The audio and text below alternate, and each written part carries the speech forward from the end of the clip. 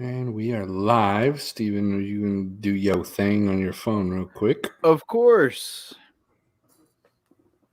Oh, look. No viewers.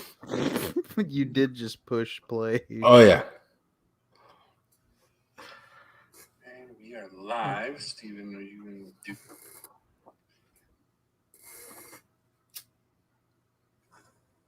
Share now. And we are... Why does it do that? What's up, 3 viewers? I'll get started here in just a second. Getting these shares on. Hey, if y'all would share the stream too, that would be wonderful. Share it with us. We'll love you forever. Please do.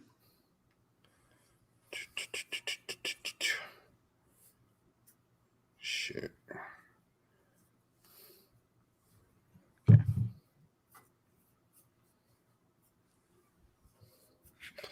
All right. Whew. Here we go.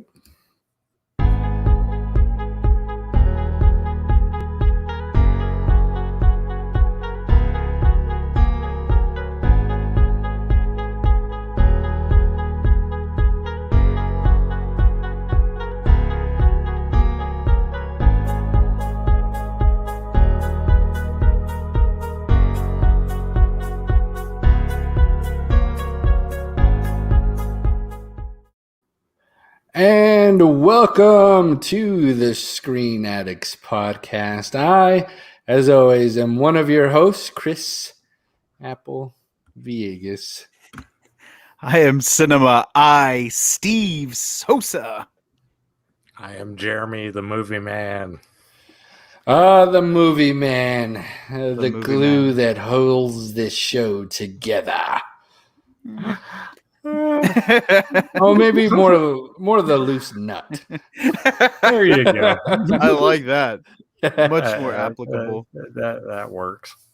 Hey, Chris, did you get that apple from Project X? Is that where you learned that from? Yes. I Okay. See, we learned from the same movies.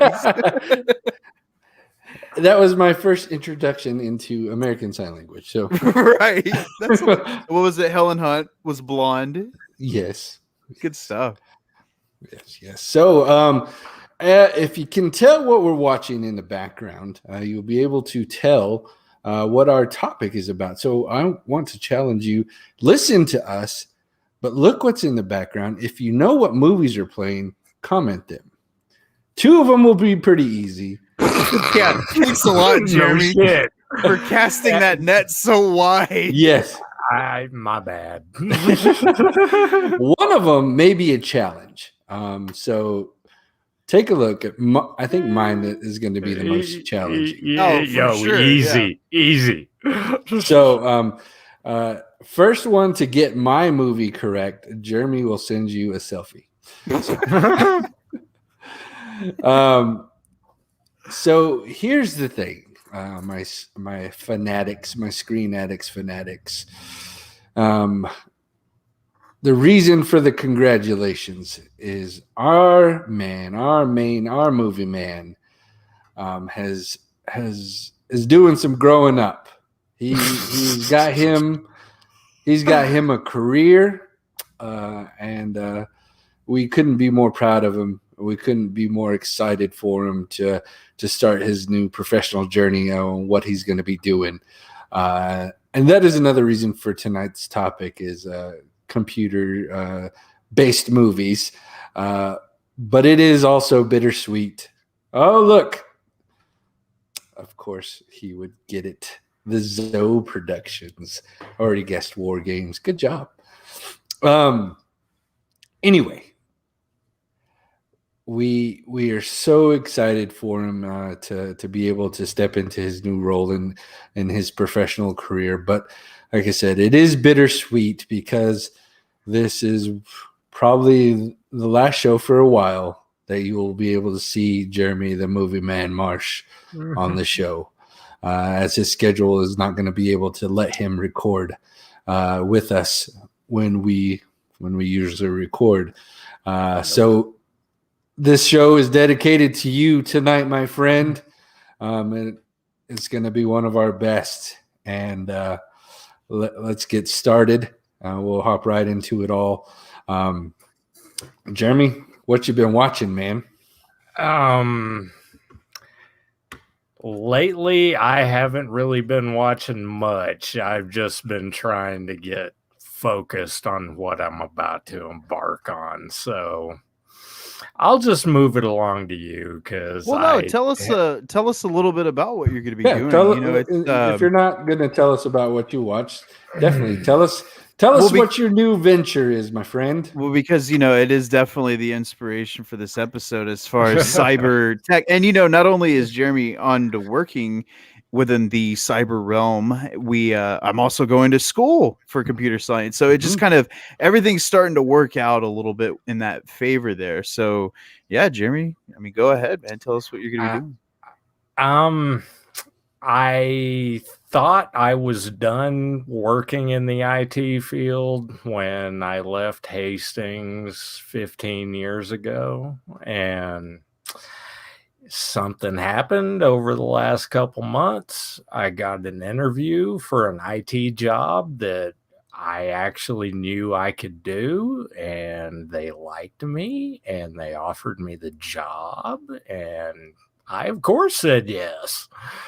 Too bad the schedule is unfortunate for our show, but they pay. This one doesn't. So no brainer. Yeah, absolutely. Yeah. We're going to sign a fat sponsorship as soon as Jeremy leaves. Manscaped is going to pay our dues for 3 years. Spotify is going to give you $100 million. Yeah, we're going to get that Joe Rogan money. Shoot. We might cut you in on it, Jeremy. You did pull some of the legwork. I mean, you have been. I mean, and technically, if you've been with the show since episode 1, Jeremy didn't even start this journey with us. He came in episode 2, and then he took off from there. So, I mean, if there's been one constant on the show, I mean, there's been times I've been gone. There's been a couple times Steven's been gone. Jeremy's been the one that has been consistently here. And he pushed pause. He pushed mute for you, Steven. Well, it doesn't matter when you acknowledge it on the air. I just had to do it that one time. He probably won't hit mute no more. Anyway, but Jeremy's been the one that's been here almost every single episode since he's jumped on episode 2, man. And we wouldn't be the Screen Addicts without you, my brother. So, again, congratulations. We're definitely going to miss you. And moving on. All right, before Steven starts to cry. Or me. Too late. All right, recently watched. So, let's see. I haven't watched movies as of late. I've been focused on TV, and there's been a lot of work in my life. So I have continued my funny journey of American Housewife. It's such a funny show. If you kind of like stupid comedy, definitely give it a watch, especially since the Connors is ending. This might be a good alternative for that one, if you like the Connors. Then I also started watching Jupiter's Legacy, a new superhero show on Netflix, and I'm about 3 episodes in. It's definitely more along the lines of your The Boys from Amazon, and then Doom Patrol type of feel. It's very gory, very more of a real world situation superhero type of deal. Josh Duhamel is in it. It's weird to see him as a superhero, and he's super, like, all his hair is white, so it kind of makes him. He looks old, which he's supposed to play an older character, so it works. But man, I haven't seen him in anything in a while. And then he comes out with this, and I'm like, dude, how old are you? Like 85 now? But so that one's okay. If you like Doom Patrol and The Boys on Amazon, I think you'll like this one. It's pretty good. And then Scandal. I'm wearing that one down. It's almost over. It definitely has taken some time to finish this last couple of seasons, just because everything's starting to get repetitive in it, and kind of losing interest. But I will power through. And Steven, I haven't given an update on my Buffy journey in a while. But man, I still haven't continued it. Obviously. I'm on like season 5 or 6, somewhere in there, and I'm almost done, and I'm just like, it's hard to get through the just end. admit you're bored with it. You're done with it. It's over. I think one of the main problems with watching those older series are the full 22, 23 episode seasons, and Yeah. it could be a tasking journey, man. And that's why it took us so long to watch Gossip Girl, man. There's like 6 seasons and there's 20 something episodes. Each of them are 40 minutes long. So it's just, I mean, it's no small endeavor. And especially by today's standards of television, we get shows in a full season with like 12, 13 episodes. Some of them are 8 to 10 episodes now. So it's real easy to knock out a season of television. But man, and that just goes to show you, like, we're never happy. Like we're good, like WandaVision. Like you're like 8 episodes, that's it. Damn it, I want 20. Yeah. And then you watch a 20 episode show and you're like, oh my god, it's so long. Yeah. I think that's the one thing that helps a lot of shows, though, is the fact that you have smaller seasons. It allows for them to omit a lot of those ongoing storylines and really confine it to just the best details of the show. Yeah. That's the problem with the 22 episode season. Look how many filler episodes are filtered throughout the season. Oh man, that's when, like, even in the newer shows now, like on Grey's, that's when you get those dumb musical episodes. And you're like, why do these? Because they have nothing conducive to the storyline, nothing to do with anything. They're just like, oh crap, we got to throw an episode in there, so let's do a musical. It's almost a rite of passage for some shows to say they did a musical episode, because Buffy does one, and Buffy set the standard for that, and it's a really great episode. And I don't know, but some of these shows are just the older ones too. They take forever, and it's like Supernatural. Me and Sonia are stuck on season 8. There's like 15 seasons of Supernatural, and there's 20 something episodes, an hour long. I said, we'll never be able to finish. We'll finish this when we retire, man, because it's just it's going to take that long. Yeah. And speaking of Grey's, we keep watching that. We're caught up with that, and it's funny because you can, all of the main characters that have been the main characters here in the last 2 or 3 years, they're all starting to leave, and it's funny because they're all starting to leave the exact same way. And I'm like, you just can't think of another way for these people to exit the show that you're just doing. Like literally everybody's leaving the same way. It's funny to me. I heard that Ellen Pompeo signed a pretty fat contract for, I guess, 2 or 3 more seasons of that show. Oh God, please don't. Like, yeah, I think it's going to go for. It's going to go for another 2 or 3 years. That's what the contract she has That's ridiculous. It needs to end. Like it was a good show, but it needs to find its end. Kind of like what season is it? What season is it on? I think we're in like 13 or 14, dude. Oh my gosh. Yeah. It's trying to be like The Simpsons. Well, and a show that runs that long, the cast has become so interchangeable at this point that it's just like you said, everybody is leaving, and there's only a certain amount of people. I mean, how many from the original season is still on that show? I think maybe 3.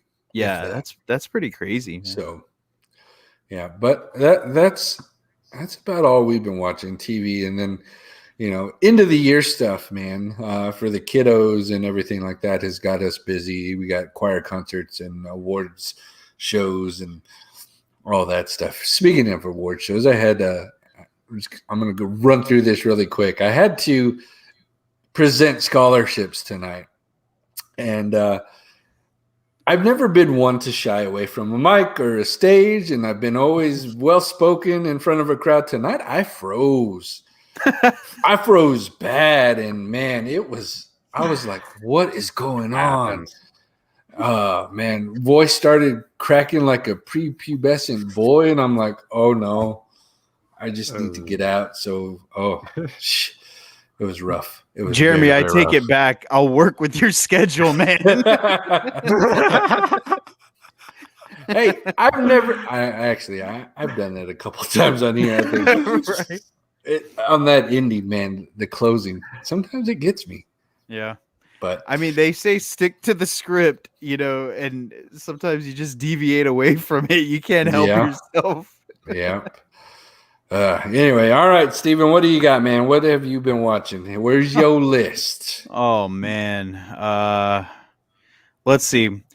I'll start with the movies. I finished Onward, the Disney Pixar film from last year that we started but never finished. Fantastic. Has a great story. Very sad. Made me cry because that apparently is what Disney's good at these days. Did you see that with the boys, Chris? Oh yeah. Holy crap, man. Dude. The part where Spider-Man is talking about, he's crossing out his list of things he wanted to do with his dad, and then he realized that his brother was basically his dad this whole time. Dude, that was terrible. That was so sad. Anyway, Onward, it's great. I also watched on Netflix a movie called Blaze about the Southern rocker Blaze Foley, and it was written and directed by Ethan Hawke. I believe this was Ethan Hawke's directorial debut. It's a very Southern comfort film, if you will. It was very, very good, though. The actor that played Blaze was just, man, he was so compelling. He's real, I don't know. It's hard to explain, but it's such a good movie. Speaking of Southern draw, I watched that Hillbilly Elegy, the Glenn Close, Amy Adams movie that was nominated for all those Academy Awards. And I don't know if I talked about it last time, but it was pretty good. And watched a Netflix documentary that won the Best Documentary Oscar from the year before called American Factory. Again, we talk about all these movies. Sometimes I forget which ones I've talked about, but I'm pretty sure I did. And we also celebrated the 25th anniversary of one of my all-time favorite movies, and that was Twister. And I gotta tell you that crisp, clean HD picture sometimes did no favors for those special effects. No, I was like, oh man. I mean, they hold up more or less. I think they do very well as far as visual effects, but there were a couple of shots that I was kind of like, oh man, that doesn't work. Those 90s effects on these 4K TVs. Yeah. It's kind of like watching Smallville right now. Oh yeah, man. that was well, even Buffy, dude. Those effects in Buffy were, but you're putting yourself at the time period, and yeah, they're pretty cool. But man, now it's just like when you kill a vampire and they turn to dust. That dust effect is just, oh boy, it's a product of its time for sure. Yeah. But so yeah, watch Twister for the billionth time. It was a good movie for you to watch. Not so much us around here, the Panhandle right now. Man, no, we've been getting some nasty storms. Well, it was funny. I was talking about that. Because some of the post-destruction scenes where, you have a lot of rundown buildings and stuff. I was like, oh my gosh, this looks like Panama City after Hurricane Michael, man. This is so crazy watching this, how your perspective changed after going through something like that. But yeah, still holds up. Watched The Mosquito Coast with Harrison Ford, the old 80s movie where he moves out into the Amazonian wilderness with his family because he was afraid of American politics and takeover and all this, just super paranoid guy. And The reason why I watched that movie is because Apple Plus debuted a new television series starring Justin Theroux called The Mosquito Coast. And when I saw the ad for it on Apple Plus, I was like, I wonder if that's the same one as Harrison Ford. It is, but to an extent, it's set in a different location. This time he goes to Mexico with his family as he's fleeing some bad guys. And I've only watched the first episode so far, but yeah, it's really, really good. And watched a couple of other television shows. Made for Love is the show starring the mother from How I Met Your Mother, in which she is a computer chip planted into her head, which kind of works for the theme tonight. But she's marries on a whim this guy who's a very Bill Gates-esque entrepreneur / engineering genius who creates this monitoring chip that he puts in her head, and she escapes his private personal lair. It's a weird show, but it's okay. There's another show on HBO Max that I started called Hacks with Jean Smart, one of the original designing women for all you 90s kids out there.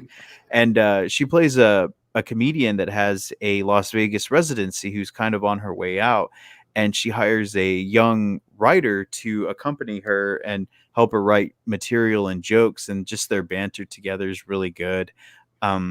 Started this show called I did talk about Resident Alien before, but man, Chris, I was telling you the other day that I've been getting into a lot of anime lately, and Yes, man, it has just been nonstop with anime. I watched One Punch Man, Demon Slayer, The Devil is a Part-Timer, just all great shows. And I had to binge through Demon Slayer because Connor wanted to go see the movie that just came out, the Mugen Train. I can't pronounce them very well.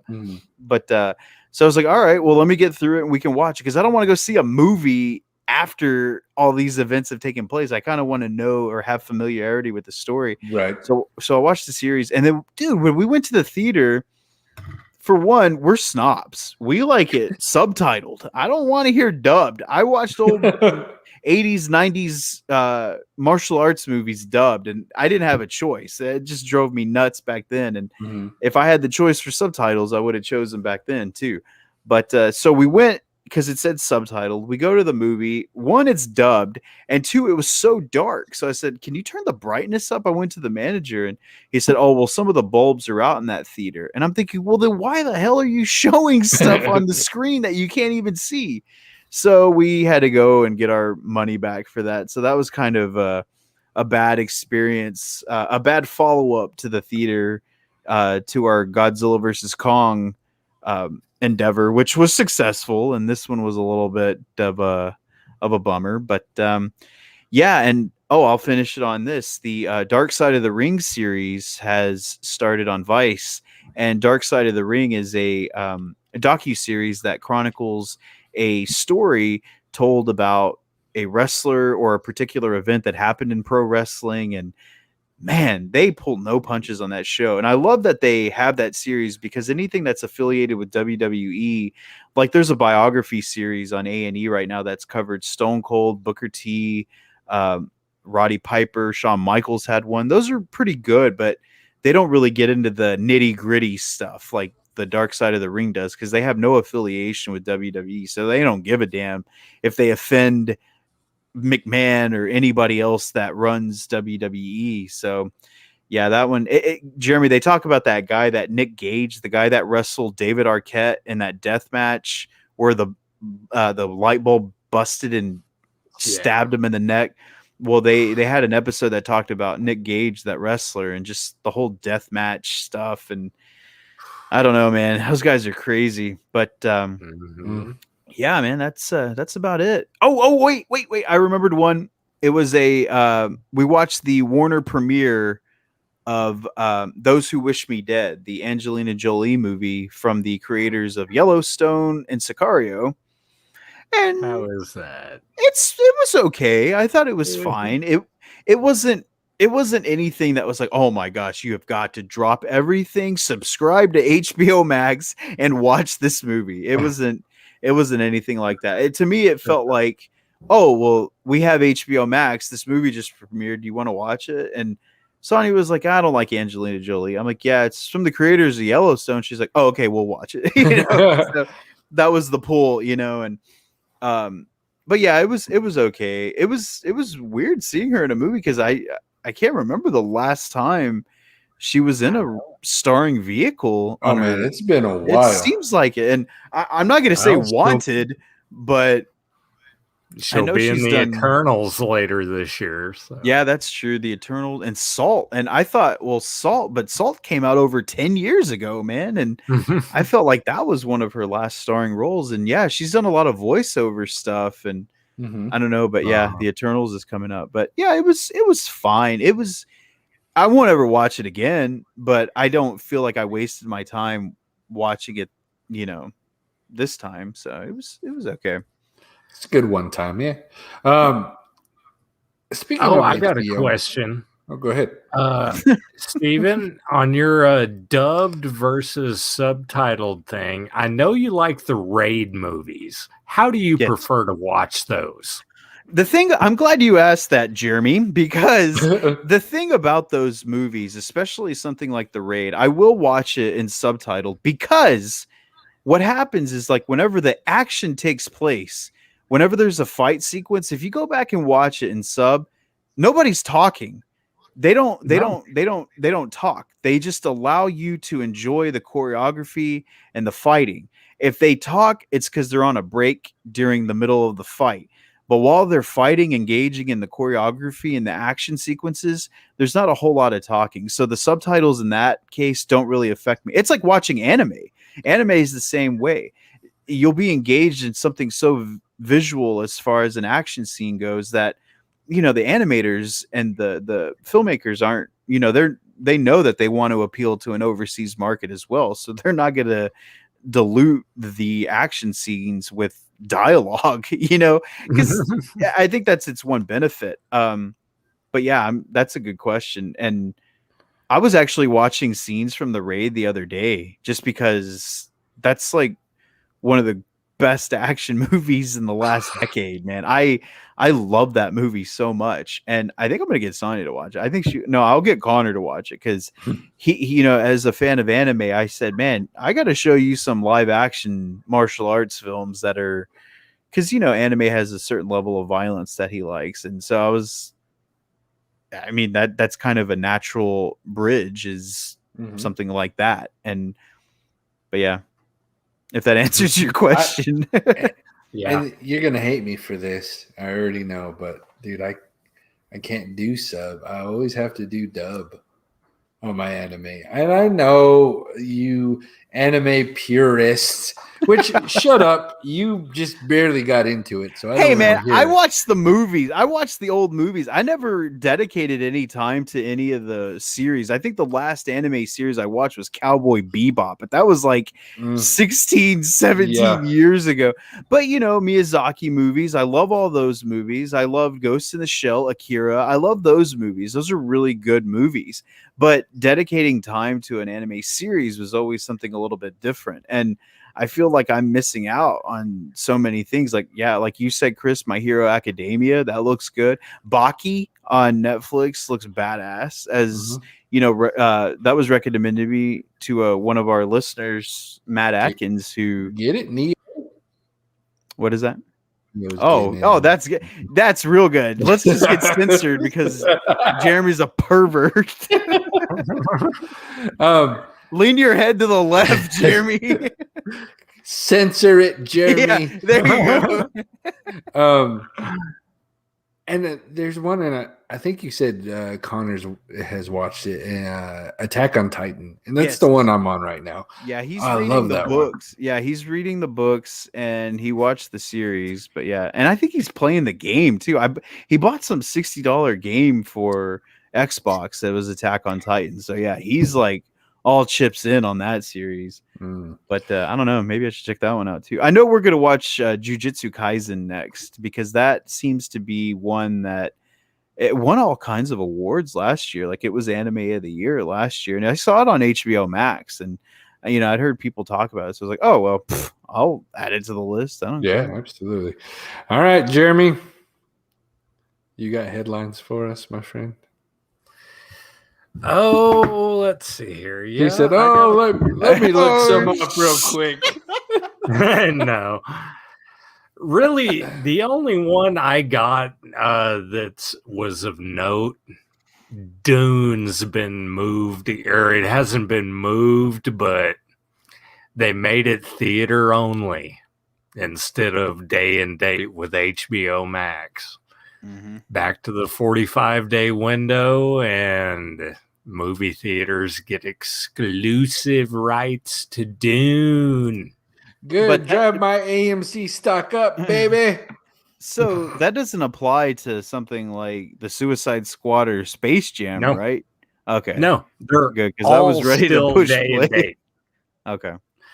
Yeah, they're all still the same. That's the only one they moved. And I think it's because Denny Villeneuve or whatever complained and he got his way. What a linguist. I know. It's I can't pronounce that. It's Denis Villeneuve. Villeneuve. Perfect. There you go. Rolled off the tongue. Like one of Chris's speeches. Ouch. Sorry. man. Ouch. Sorry. I know this isn't really a headline, but I wanted to bring this up a little bit. Dude, the Cruella trailers that are coming out. Yes. Oh my gosh, it looks freaking amazing. Mm-hmm. Like, I cannot wait to watch it. And Tasha's all in on it. She goes, "We're going to go watch that in the theater and not at home, right?" I'm like, absolutely. Because it looks so good. Well, it's funny because, again, Disney and Marvel, they love to prove me so wrong about their casting choices. And when I heard Emma Stone, I was like, Emma Stone? That seems weird. But, considering Glenn Close did such a great job in that original live action film. Shit, that was what, like 1998? It was a long time ago. Yeah. Anyway, so that is kind of my visual interpretation of what a live action Cruella would look like. And then when I saw the trailer with Emma Stone, I thought, okay, no, never mind. I'm sorry. She looks great. I mean, it looks really good. Yeah. Couple other trailers that I think I remember posting some stuff this week that kind of can fall into headlines. The Snake Eyes trailer. Yeah. Oh yeah. That looks really good. I'm glad I watched that trailer before I made a comment, because I was going to be real snobby. Like, Snake Eyes never takes his helmet off. He always keeps it on. What's this crap that he has to have his helmet off? At least Carl Urban kept his helmet on for Dread. That's a trooper right there. But then it's apparently an origin story, right? Like how he becomes Snake Eyes. So I was like, okay. I bite thy tongue. Yeah, and it's subtitled like a G.I. Joe story or something. Yeah, Origins, like G.I. Joe Origins. That's right. Well, is it tied in? I guess it would be tied into the G.I. Joe movies, right? I mean, I don't know why they wouldn't, or why they would deviate away from that. I think it's gonna be something different than what the G.I. Joe movies were, so it's gonna be like its own thing, but kind of connected. Did y'all like those movies? No. No. Yes. You didn't like Channing Tatum? I did. I liked him. The first one was really stupid. It was really dumb. I mean, you've got Steven Sommers in there, the guy that did The Mummy Returns, Van Helsing, just like really cheesy movies that special effects wise wasn't too bad. It's just too much of it. He had such a fascination with giant CGI landscapes and just stuff like that. And Retaliation, I thought, was much better, because they kind of grounded it more into a gritty perspective, keeping it confined to just a few characters, and The Rock and Tyra from Friday Night Lights, and it was much better, I thought, than the first one was. And Bruce Willis, Call Me Joe. I mean, come on, it's pretty cheesy, but it was a lot better. It was okay. That's why I was. Oh, go ahead. So this one may set a new precedent. The bar's not very high No. for this one. So No.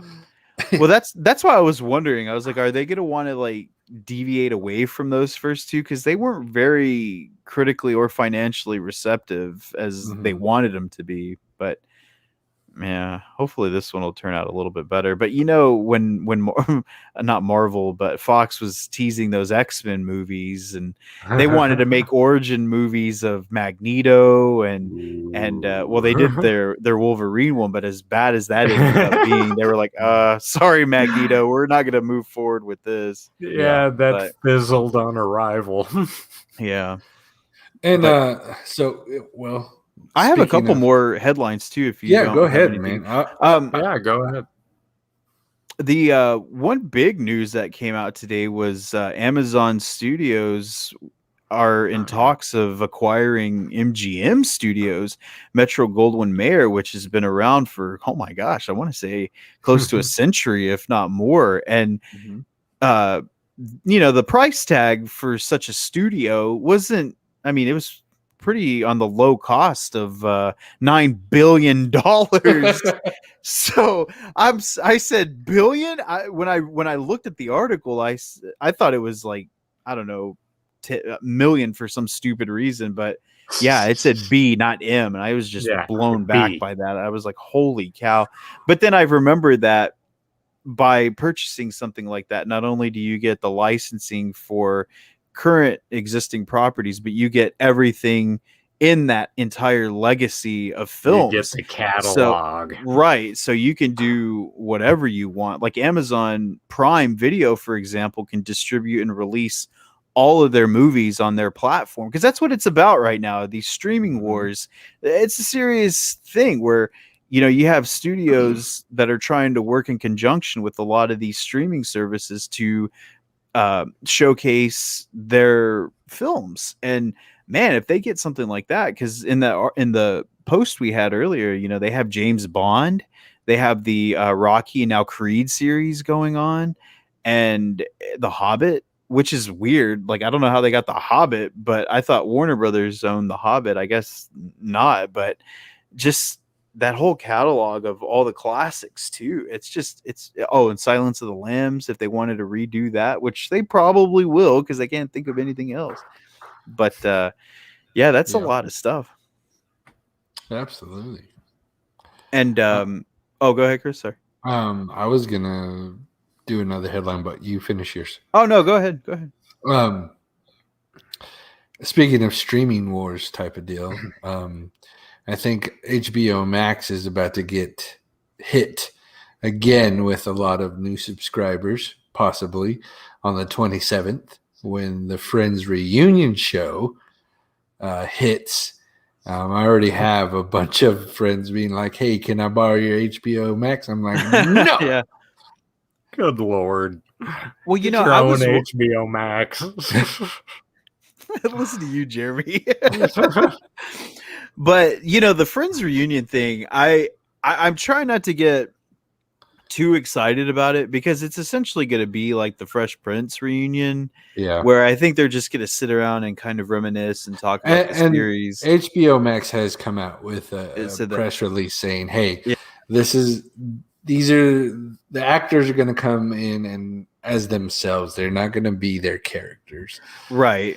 Because it's almost like false advertising. Like you're kind of alluding to the concept that this is a brand new season, because we've been seeing shows get a resurrection and getting brand new seasons. Like even Will and Grace did that just a couple of years ago, and they had two revival seasons. So it's not so far off for people to assume that, Friends are back. We're going to get a whole new season, at least 12 episodes of, 12 new episodes, which I don't know why they couldn't do that. The content is there. I mean, right. And you could do follow-ups with the characters. Like you could even cast the kids today to be the kids, and if they don't look anything like them or whatever, you could recast, kids and stuff. But I think that would be cool. But I guess it's just kind of one of those take what you can get type of a deals. Because Yeah. I fell for it with the Fresh Prince reunion. I thought, oh my Oh, I gosh. think we all did, man. We were Yeah. all ready to see new episodes of the Fresh Right. Prince, and then we push play, and we're like, "What the hell is this?" I'm sorry, Aunt Viv, number 1. Yeah, don't joke. I was like, damn, this is heavy. I didn't want this. I mean, it was still cool. It was good to watch, but Mhm. and this will be fun to watch too, because that's kind of the appeal to it, is the fact that they all haven't been together in a single room doing an interview. And I can't even remember the last time they did that. It has to at least been over 10 years, Yeah, because they've had stuff where they've done some interaction with each other, like the girls, especially like Lisa Kudrow, Aniston, and Courtney Cox. Like they do Instagram stories and stuff, and you could see them kind of playing around with each other. But all 6 of them in the same room, man, that'll be pretty cool. It'll be fun to watch, I think. yeah, for sure. But I had one headline too, that it was another passing. We had another loss of an actor. Charles Grodin passed away today, actually, at the age of 86. And a lot of people may remember him from, well, our parents may remember him from Midnight Run, The Heartbreak Kid. Your favorite Martin Short film, Jeremy Clifford. He was the dad in that horrendously bad movie, but I think our age demographic remembers him most as George Newton in the Beethoven movies, especially Beethoven 1. And man, I mean, because I don't know anybody our age that didn't watch Beethoven. I mean, it's such a great movie, and being the dad, and it's just kind of a memorable role in that regard. Yeah. But yeah. Well, all right. Well, you know what he didn't? Oh, go ahead. There you go. I was about to say, Yeah. where's your lead in, man? Where's I the said- lead in? I'm trying to think if he was in any movies, like computer movies, but I don't think he was. I'm sure there were others that were, though. Absolutely. But hey, we have finally. Oh, I need to change this banner at the bottom. We finally reached our main topic, and tonight we are, like we said before, we're talking about movies that revolve around computers. In honor of our friend, his new job, we wanted to talk about computer movies. Me and Jeremy stole all of Steven's picks. I was being greedy. It was my own fault. That's what you get for when you ask us to go first. Yeah. So, but let's go ahead and get started. Jumping in. We're going to do it like we our traditional way, our top 3. So, Jeremy, what you got for number 3, my man? Number 3, let's go into the future. James Cameron, Terminator 2, Judgment Day. And what is there that hasn't been said about Terminator 2, Judgment Day? Every good thing you can think of has been said about this wonderful hacking type computer Skynet takeover thing. Is that what you're going to be doing at your job, Jeremy? You're going to create the next T101? You never know. Yeah. Wow. I think Terminator 2 personally is one of my favorite science fiction movies of all time.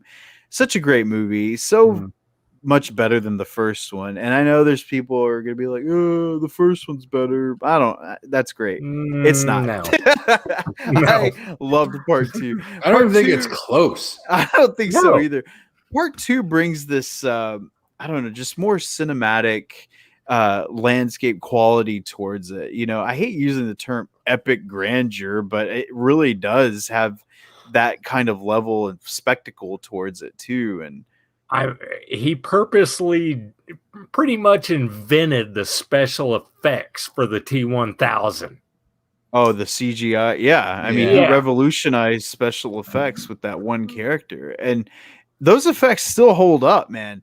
I think they look just as good today as they did back then. And the brilliance to that is that they were still in a process of mixing CGI with realistic effects, and Mhm. I love that movie. Not to mention the action sequences in it are badass. You know, that's Oh yeah. that's I mean, technology aside, the scenes in that, like with the bazooka, the minigun, it's just Mhm. awesome, man. I just love that movie. And you have some of the most memorable lines ever in a movie Oh yeah. in T2. I mean, Give us one, Chris. no, this is Jeremy's movie, not mine. Oh, sorry. What are some of your favorite quotes, Jeremy? And maybe he should say it at the end of this episode. Oh yeah, that'd be good. Yeah, that'll be your sign off. Well, actually, he's got There you two go. of them that could work. Yeah. There you Oh, go. the sad drowning thumb. That was pretty sad, man. But yeah, Cool. good pick, man. Yeah. All right. So my number 3, which I thought would be on Jeremy's list. I honestly thought this would take on Jeremy's list, and I just wanted to be a jerk and kind of steal it from him. But my number 3 is Grandma's Boy. Okay. Computer I mean, or video games. Video that games, applies. yeah. Yeah. Video the games. programming. Programming, Nope. absolutely. That worked. And, Yeah.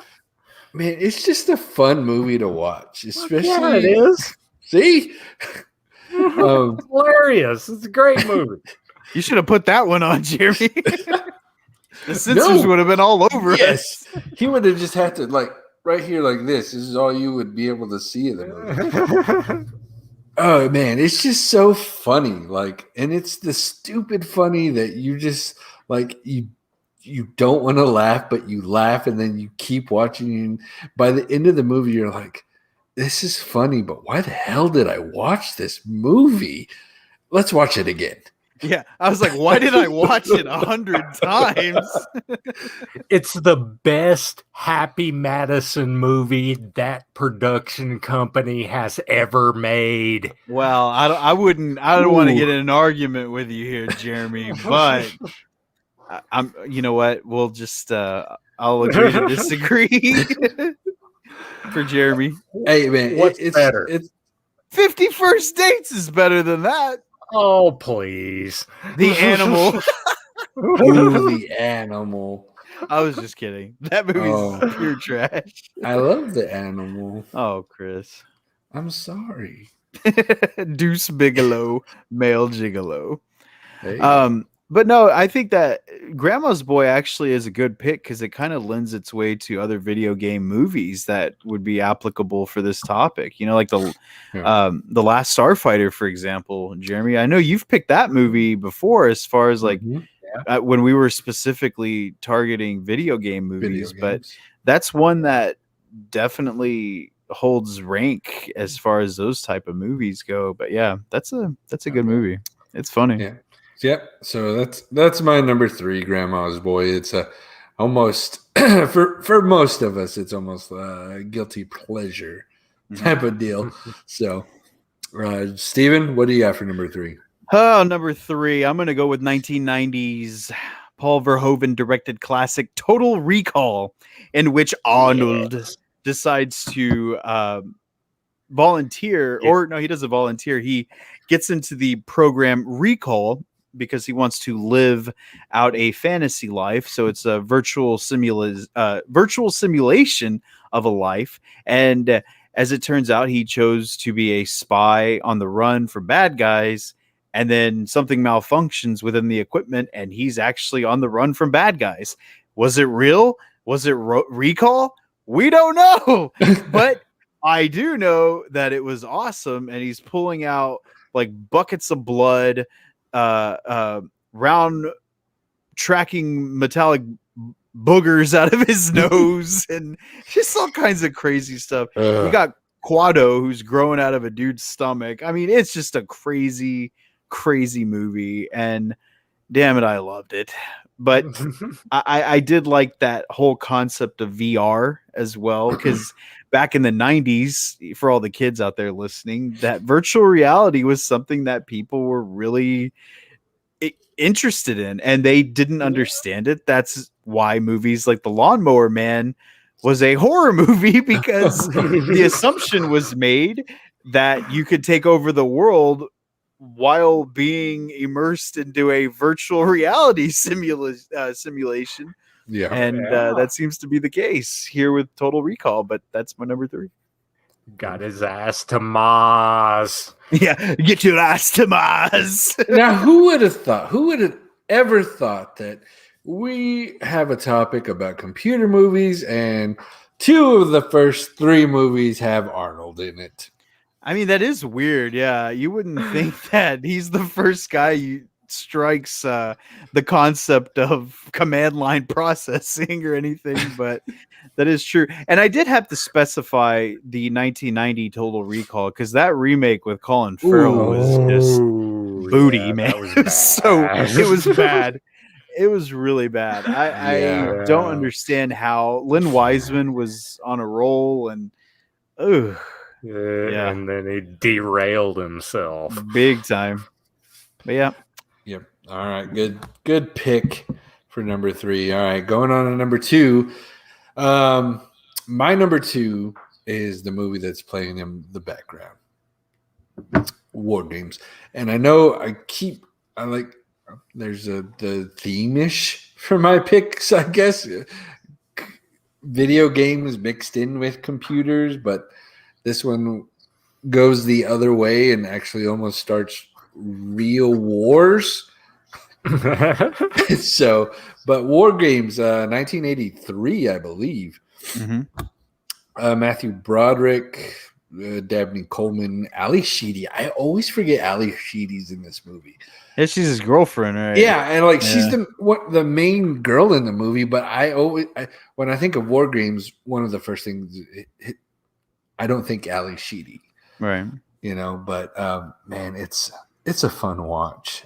If you've been watching it in the back, it's really fun. It's definitely, it dates itself. Like if you were to watch it now, you're like, oh damn, this is an old ass movie just because of the computers that are in the movie and stuff. So, and if you haven't seen it, I was going to say, Chris, that the thing about War Games that's somewhat compelling is the fact that while some of the tech is dated, it still does give credibility to the notion that someone could theoretically hack into major government systems. Because look at the Coastal Pipeline hacking that happened just last week. And, that was something that we were studying in school that our teacher was telling us about how, with fiber optic cabling, we're all interconnected even more so anywhere. So if you find a weak link within somebody's security system, you can get access to their entire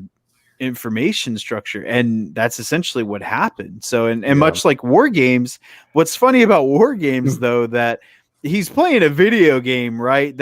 Or he's playing a computer simulation, or so he thought he was, but he hacks into it thinking that it's a game, but it's actual government property that's setting off nuclear warheads. I mean, yeah, that kind of level of security seems to be a bit laxed, but it's not impossible, I would say. I mean, it would take probably a little more time than what he did.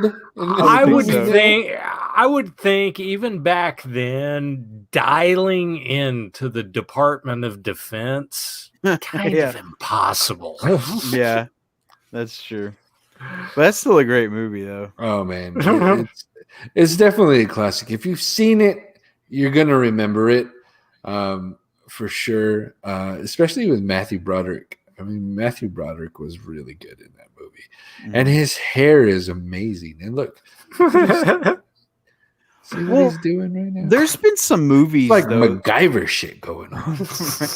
Well, there's some movies that like government style movies, like the movie that just came out a couple of years ago with Chris Hemsworth, that Black Hat, where they try to keep the tech more intelligent than it is, and then there's not a lot of action to it. And Sneakers is another one with Robert Redford and all those guys, where they're a hacking team that works for the government and stuff like that. And it's funny because they try to be as technical as they can, but then they don't want to lose anybody. And I'll get into a couple more movies on our list about really cinematically style films, but yeah. Well, that's my number 2 pick is War Games. Steven, what do you got for number 2? Number 2.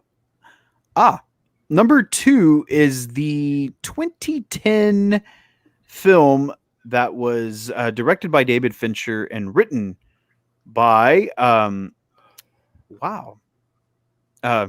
just drew a blank.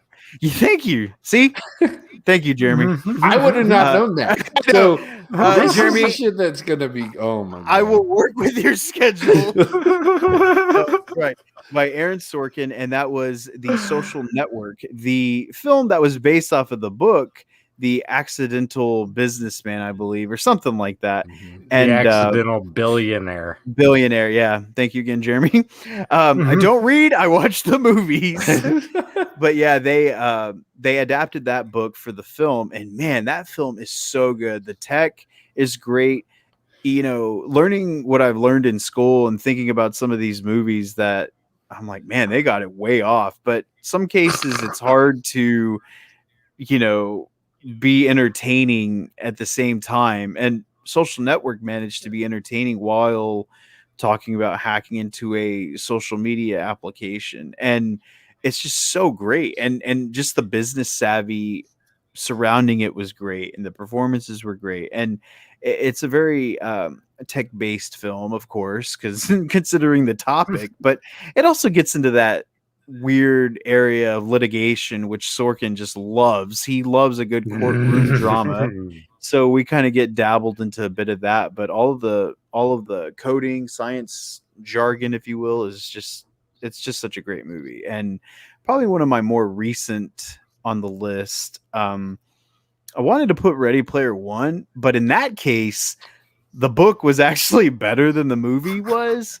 So I didn't really feel as if that was suitable. And I know you're reading the Ready Player 2. How's that going? So far, it's pretty good. I don't want to give any plot points away, but it's pretty decent follow-up. They're doing this kind of Tron-like storyline where Anorak has resurrected himself within the system, and he kind of takes it over, much like Tron did, taking over the game, and they kind of have to combat it in virtual simulation. I can't say simulation. Why can't I say simulation? Simulation. So far, it's pretty good. But yeah, but number 2 pick is The Social Network. Cool. All right, Jeremy, what do you got for number 2? Steven, as you could say, David Fincher cracked the code. He did indeed. My number 2, 1999.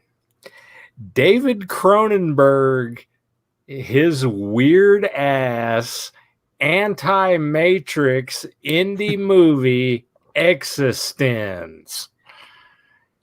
This thing with Jude Law, Jennifer Jason Leigh, Ian Holm, Willem Dafoe, great cast, awesome director, awesome writer, weird story.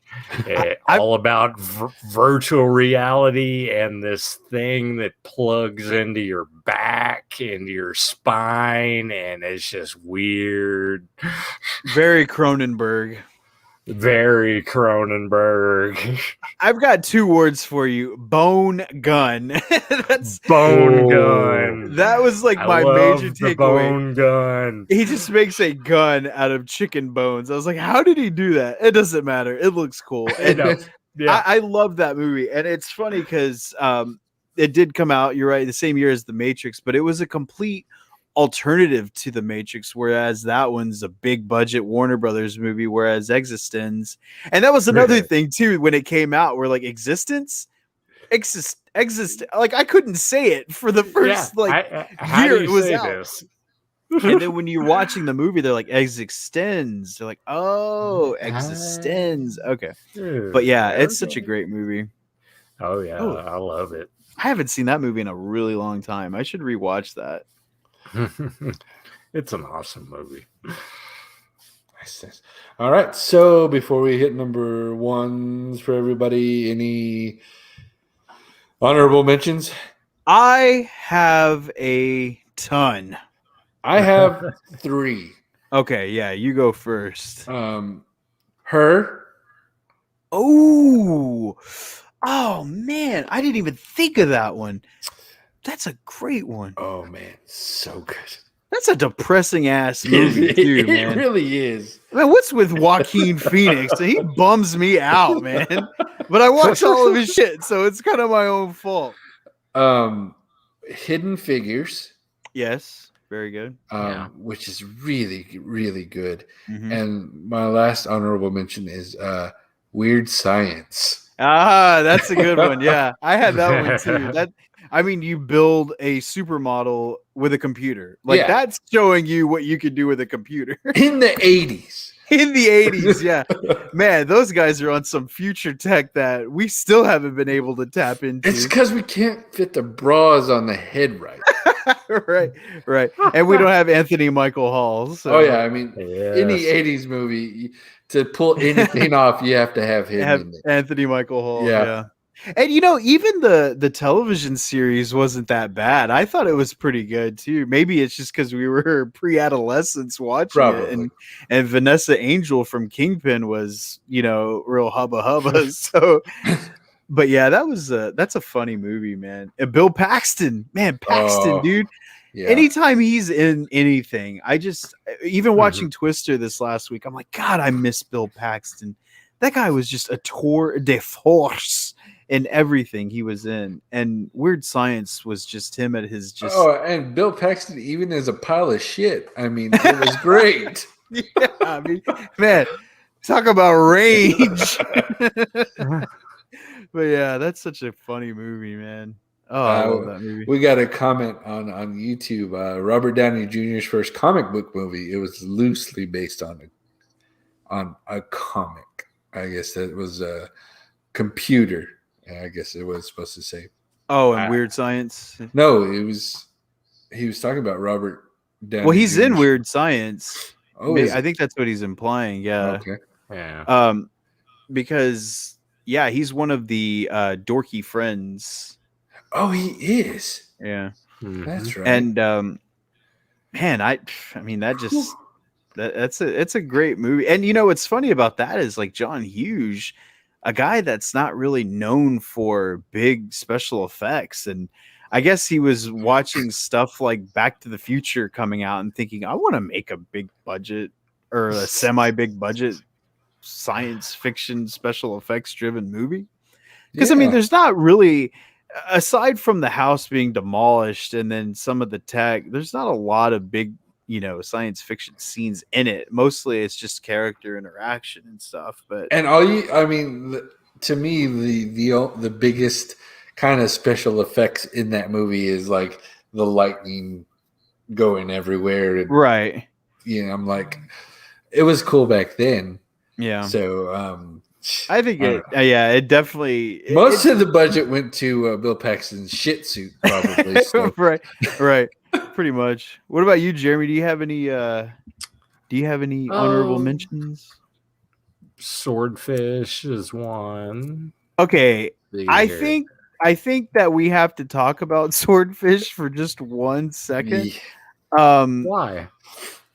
Why? Because it's so bad that I loved it. And I was thinking about certain movies that don't work anymore after some of the stuff that I've learned. And I said, man, Swordfish is definitely one of those movies that makes no sense whatsoever. All the way down to Travolta's weird long hair toupee that he wears. It's just so bad. Makes no sense. And Hugh Jackman, the scene where they have him in that quad monitor setup where he's hacking the government. Those are lines in the movie. I need you to hack the government. Okay, what specific part? You know how many computer systems are ingrained within the United States government? No, okay, the government, you got it. And then how he's just reacting. He's like, da-da-da-da, and he's like, oh yeah, he's smoking. I mean, it's just ridiculous. I can't speak on it because I'm not a hacker, but I feel like that was a bit embellished of a performance. Oh God, it's And then- ridiculous. And then, you know, they face pressure from coming off The Matrix because Joel Silver produced Swordfish, who also produced The Matrix. And he's like, hey, we have that really awesome 360 rotating camera. Let's integrate that into this movie with that scene where shit's getting blown up at the beginning. First shot of the Right. movie. Yeah, they like hit their special effects driven shot at the opening scene. Dude, we could have a whole episode just on Swordfish. So I mean, I won't deter too much, but I it's so stupid. They're falling down that hill as Cheadle's chasing them for like 10 miles. It's ridiculous. It's like they fell off Everest or something, man. It's so ridiculous. There's a comment It's on here. funny. Says, "Don't forget the flying bus." Yes, that was the Exactly. I was gonna say that's the final set piece where that's their big getaway plan is they hook up this city bus, transit bus to this helicopter and it's dragging it around. Oh, and the chains can't support a whole bus? Yeah, of course it can't. You Oh shit. idiots. Man. And then what was that car? I remember that car that Travolta has that it's like a Porsche Roadster, something that purple. Oh, It was that sweet though, man. I can't that remember what kind of passenger car- drive thing. Yeah. Yeah. And he has that freaking assault rifle. I mean, I can't remember, but that car was sweet, dude. But anyway, but yeah, that's that. Sorry, Jeremy. What else do you have, man? I didn't mean to go on a tangent on Swordfish, but it's ridiculous fun. It's That's definitely what is. Oh, let's see here. What else? Pi is one. Even Okay, though yeah. some may not think it's a hacking movie, it kind of some that would be me, man. You can say it. I mean, the dude's using computers to find a key to the stock market. So. Yeah, I guess that's true. I guess I keep getting lost in the mathematics of it all, but yeah, I forget about that. That's true. I recant. You're right, Jeremy. I will work on your schedule.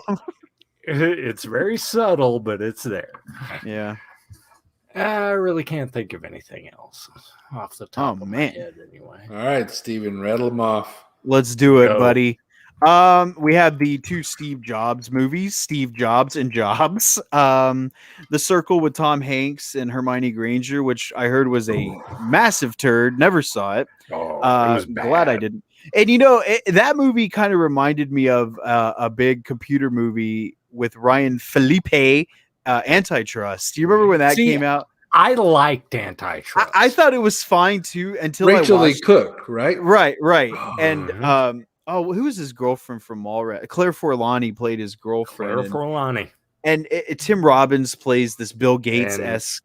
Tim Robbins is the Bill Gates weirdo. And it was so dumb. Like I rewatched it and it didn't hold up as well as I wanted it to. It's okay, but It's all right. it definitely worked in 2001 or whenever it came out. 2001. All I watched that movie for was Rachel Lee Cook. Right. I mean, she's all that, Chris, you know. I know. Yeah, That's she the is all reason I that. watched that movie. Like, Look at the Bobos on Super Free. Rest in peace, Paul Walker. But yeah, that Antitrust, and you had a couple of films where artificial intelligence comes into play, like Ex Machina. That one was a really good one. Simone, we just rewatched that one. That one was really good. The Girl with the Dragon Tattoo series. I mean, Lisbeth Salander is a computer hacker. That's how she gets into everything. That was good. We spoke about The Lawnmower Man. Transcendence with Johnny Depp was a bad example of shitty computer tech movies. You know, and even the Mission Impossible series, every single one deals with hacking. Like you always have somebody in there, whether it be Ving Rhames or Simon Pegg, that you know they're always having to hack in pretty much every single movie. Hell, the big set piece in Mission Impossible 1 is him hacking into to the knock list in the CIA. Like there's just a lot of those elements in those movies. The 13th Floor. Hey, if you want to get technical, Superman 3 has a lot of computer hacking, as that's Richard Pryor's character as a hacker, and they build the supercomputer to fight old Supes, and well, yeah, he won. And we also have Jeremy, how could we speak of Lynn Wiseman and not discuss Live Free or Die Hard, the fourth entry in the Die Hard series, in which Raylan Givens from Justified, Timothy Oliphant, has decided to hack into everything and run everything by said hacking. And yeah, well, you know, the Die Hard with the infamous Kevin Smith cameo. of course. And I want to close off the honorable mentions with a couple of television series for people that haven't seen them. Halt and Catch Fire, one of the Dude, best. I was just about to say that. Yeah, too. one That's of an one awesome of series. such a great show. Silicon Valley, Mr. Robot, Chuck, and the IT Crowd. Those are all some really great computer-based series if you're interested in watching those. But yeah, Halt and Catch Fire and Mr. Robot, man, those really set a precedent for dramatic storytelling within these type of cyber terrains, if you will. I mean, that's Mr. Robot altogether. It's just one long hacking movie. Yeah. But yeah, that's all I got. All right. So finish it off. What is your number one? I know we're over an hour, so Oh, okay. Well, my number one is actually, it wouldn't be True Screen Addicts list fashion if I didn't like collectively combine a group of movies for one pick. Absolutely. So Of I don't course. want to break with tradition, especially on Jeremy's send-off here. So my number one film is the year 1995. Because let me tell you, this entire year had some of the most known computer movies in history of cinema. The Net with Sandra Bullock, Virtuosity with your boy Denzel, and Jeremy, thank you for letting me have a movie starring your man Denzel. Johnny Mnemonic with Keanu Reeves, Strange Days, and of course, the number one that would probably be on a lot of people's list, Hackers, the seminal hacking film starring Johnny Lee Miller and Angelina Jolie. And thinking about Angelina Jolie on this episode, it's crazy how she started from there to where she is now. I mean, this woman's had a career that spanned over 25 years. Like, it's super impressive. Damn. But, you know, those movies, though, it's funny how a lot of them dealt with hacking, cyber tech. I mean, cyberpunk, like that whole genre of cyberpunk was really kicking in around that time period. And it was the basis for all 5 of these movies when you think about it, especially something like Mnemonic and Strange Days. But yeah, that's my number one pick, is the year 1995. That's perfect. One funny thing that always gets me about Hackers when I watch it now is just the language they use describing their computers. Oh yeah. It's hilariously bad. Well, it's a very intimate relationship. And, you know, again, I rewatched it a couple months ago when I started school. And I've got to tell you, that movie's ruined for me, man. They talk about going into command line interfaces and domains, like, and they show it in the movie as like some fantasy world, like 3-dimensional colors and pictures, when all the command line is a black screen with You're letters. floating through the circuit board. Right. Like, you actually live in this world. Oh man, I was like, damn, this class, man. First they take Swordfish and now they take Hackers. But yeah, Hackers is definitely, you know, if I had to surmise it down, it's definitely number one. You know, it's just such a great movie. Trevor Alonso on here on YouTube saying the Hackers tagline, hack the world. That's it. Hack Yeah. the world. And that's what they do. That's exactly what they do. While using the command prompt. No physical access to servers or anything. You can do it straight from your desktop. As long as you have your dial-up modem going, you know. Yeah, they dialed in from a telephone. Hey, can I tell you that kids these days are so spoiled with their instant internet connectivity? You guys remember God. just DSL was, oh my God, it was the worst, man. America Online, you'd had to wait forever for pages to load. And if one of your parents picked up the phone, you were done. You could just call that session over. Oh, yeah. But yeah, We sorry, wouldn't fellas. be able to do this now. Yeah, can you imagine? Oh my gosh. Oh man, the way You of can't technology. do video. You can't do video over a 56K modem. I'm sorry. You surely can't. Imagine trying to do a podcast back in the mid 90s. We'd have to do 3-way call and then push the record on a cassette thing. On a camcorder, Yeah. then we had to man. integrate VHS tape into your deck. Oh my God, that would have been a nightmare. Man, we've come a long way, fellas. Man, Yeah. that See, would I think have- that's something great for our generation too, especially within our age demographic. We're able to appreciate the old and the new. You know, we get to see the best of both worlds. And I mean, the best of the old world was very slow, but you know, we went from Napster to Spotify, and I'm damn proud of that fact. Screw that. I miss Napster. Although Right? it gave every I computer don't. I used, it had buggies. Yeah. Yeah. What were you downloading, Chris? You It was already very know. virus ridden.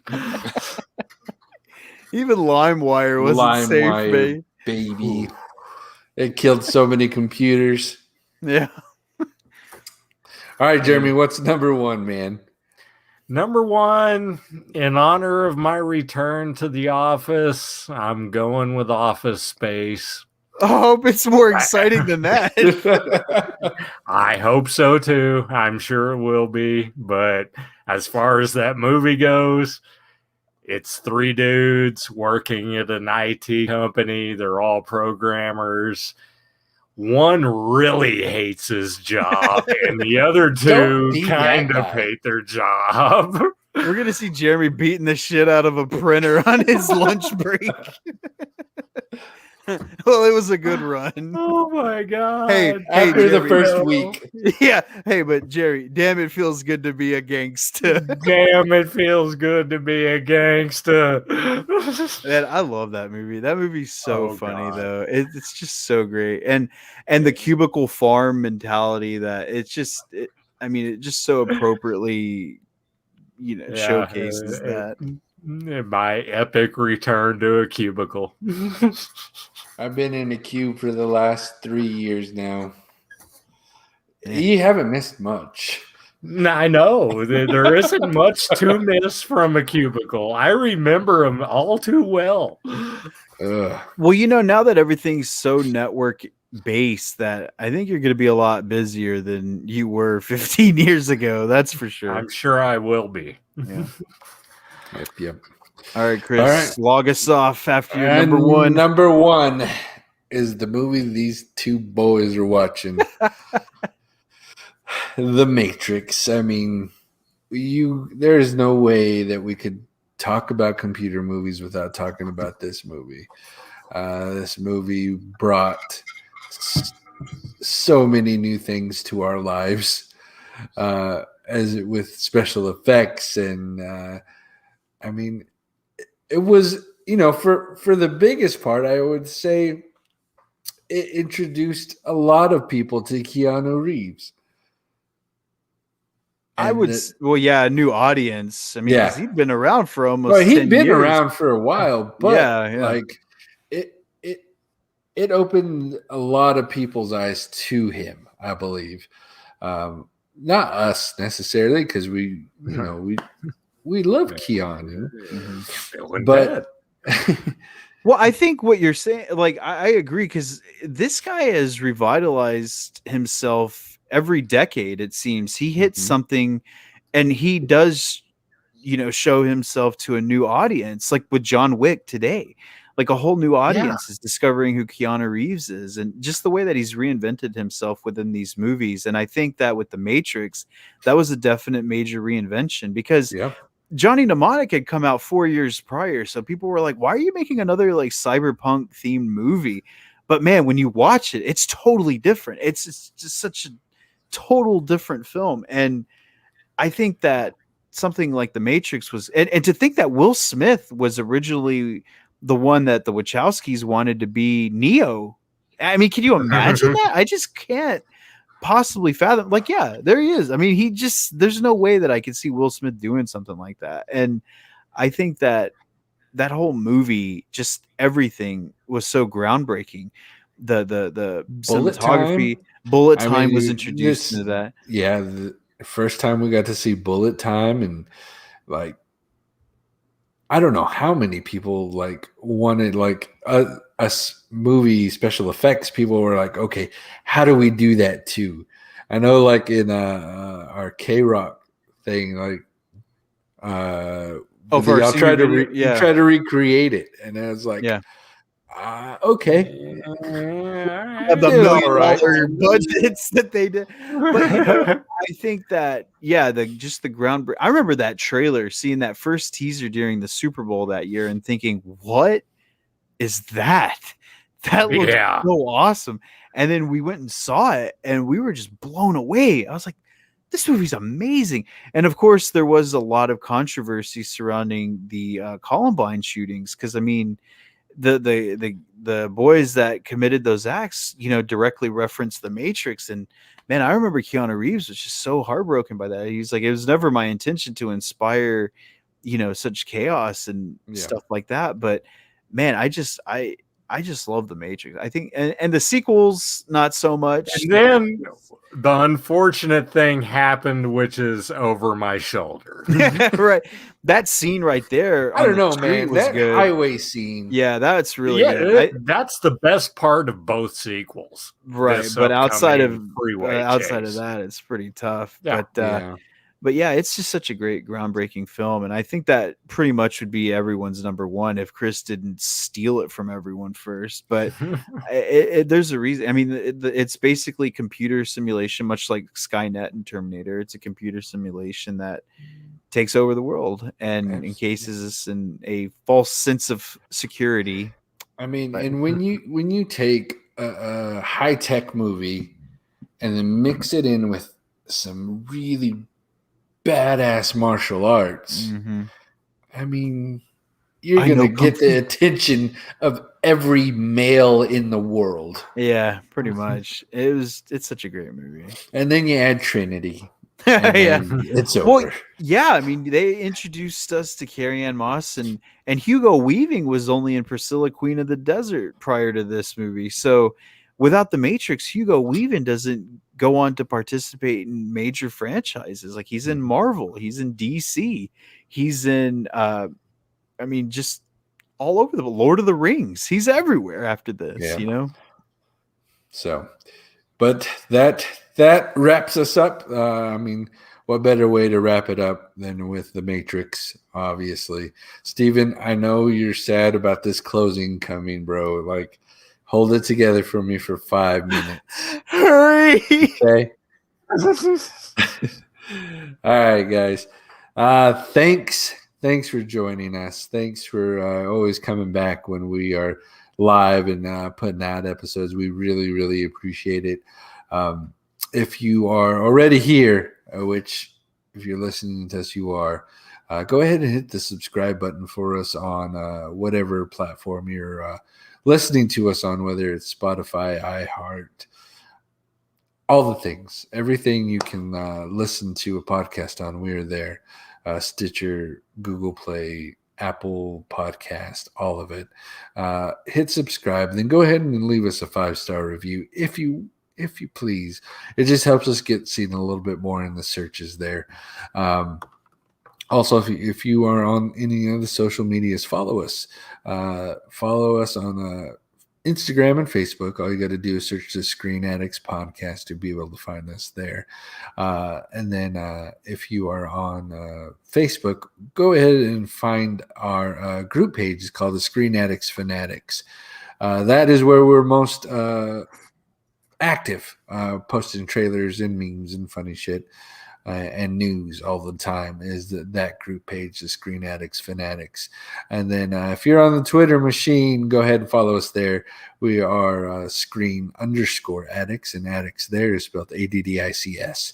Then jump on over in that search bar and search our local, our residential famous Twitter Screen Addict, and that is Jeremy. Jeremy, what is that Twitter handle, man? Movie Man Marsh, and right in my bio is the link to the Screen Addicts page. So follow me, then click over and follow that one too. And you may not record with us, but we're gonna let you keep the Movie Man Marsh well, I name. Okay. Anyway, it's mine. I know. Why would we think that? Because he's leaving us. We're stripping him of all this shit. Well, we can't log into his Twitter, Chris. Oh, but I can report his ass. Oh man, but Jeremy, my last words for tonight, man. It's been a hell of a fun time. It's not gonna end. We're gonna bring you on when you can. Oh, yeah, and I'll be back. I'm not done yet. He's not done, but it's the Screen Addicts is definitely gonna look a little different moving forward. And we're excited, and dude, I'm just super excited for you, man. Super excited for you to start this somebody said, "Turn in your badge and gun, Jeremy." My new adventure. Your new adventure, man. You're gonna excel, dude. I just know it, and you're gonna be a freaking rock star, man. So excited for you. So, Steven? I mean, I don't know. It's I've already talked to him a lot off the camera, and it's not like I'm not gonna text him every single day. I mean, we're still gonna talk every day. Jeremy, I hate to tell you, this is the last time we will ever be talking to you. It's been real, brother. I know. Shit happens. Thanks for 35 years of friendship. Gone out the window because you're leaving the podcast. No, Yeah. it's bittersweet. You know, like we said, it's something that it's great for you, for your career. I think it's fantastic. We would never hold you back from something that would be prosperous for your future or your life. And I'm really excited for it. I know you're nervous, but you'll do good. And yeah, it's pretty crazy. And it's funny because like even during this episode, you're making my corrections that I needed, and I'm just like, damn it. I'm gonna miss you, man. Chris ain't gonna be able to do that shit at all. Chris, have your phone ready, man. Google everything that I'm saying. But yeah, but that's just you know, we know what we have in you, and you're valued in that regard, and I know you will be with your new occupation. Yeah, and that's something that it's going to be hard for me to fill because Jeremy and Steven's friendship is way closer than mine than with these guys, and Jeremy can finish this dude's sentences and correct them, and I can't. So maybe this is maybe the new look is maybe Steven giving me some education on movies. Like you have brought Jeremy along with you. So we'll see what happens. You can learn him now. Yeah. All right, guys, thanks for joining us. We really appreciate it, and we look forward to seeing you the next time. So for me, that's it. Good night. Adios, amigos, and Godspeed, Brother Ronan. Good evening. And I will return.